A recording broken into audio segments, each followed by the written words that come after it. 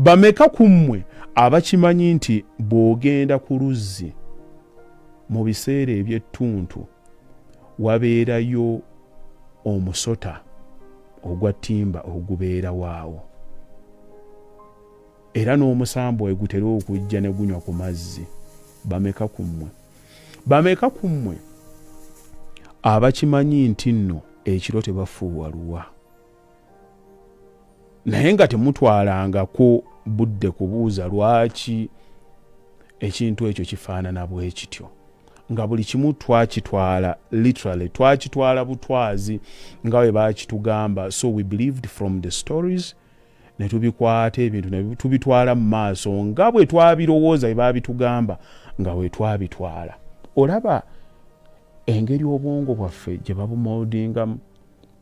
Kuffe bameka abamanyi nti nno abantu abakulu tebasobya, naye wali weebuuzizza ddala omuntu omukulu tasobya? Bameka kummwe abatabuse ne bamaama bammwe ne bataata bammwe, naye wali otutta obudde n'ofumiitiriza okugezaako okulaba as to why baali bakugambye ekintu ekyo obe ng'okitegeera bw'otyo. Abantu bangi nnyo baayogeranga ebigambo bituyambe okutugayidinga mu nsi okwekomako ku ki kye tusobola okutangira, ku ki kye tusobola okukola, naye ekibi tetwatwala budde kulowooza abantu abo bwe baabitugambira bwe byalina tutangira kukoma, ne tubitwala ne tubyaplayingira ddala mu bulamu bwaffe ng'abantu.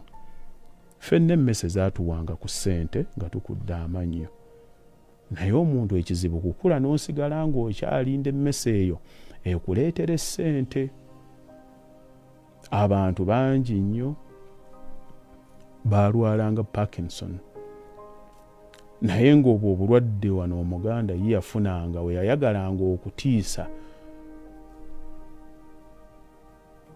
omwana obutasemberera ssezaala we oba nazaala we mu mbeera. Baafunanga ekintu ekikanga ne bakimugamba. Abakalica munansonyiwa sirina muntu gwengezaako ku attackinga, but I'm just intrigued. At times mba njagala nnyo okukwatako okwo ku bwongo bw'omuddugavu. Bw'olabanga ensi zitandika endala okubanga zikulaakulana nga zeeyongerayo, olumu oba olina okuddaawo ne weebuuza lwaki ffe ewaffe ebintu bye tukola tebyeyongerayo, tebigenda mu maaso okusinga ebintu by'abantu abalala. Tulina limitations nnyingi nnyo ze tulina ate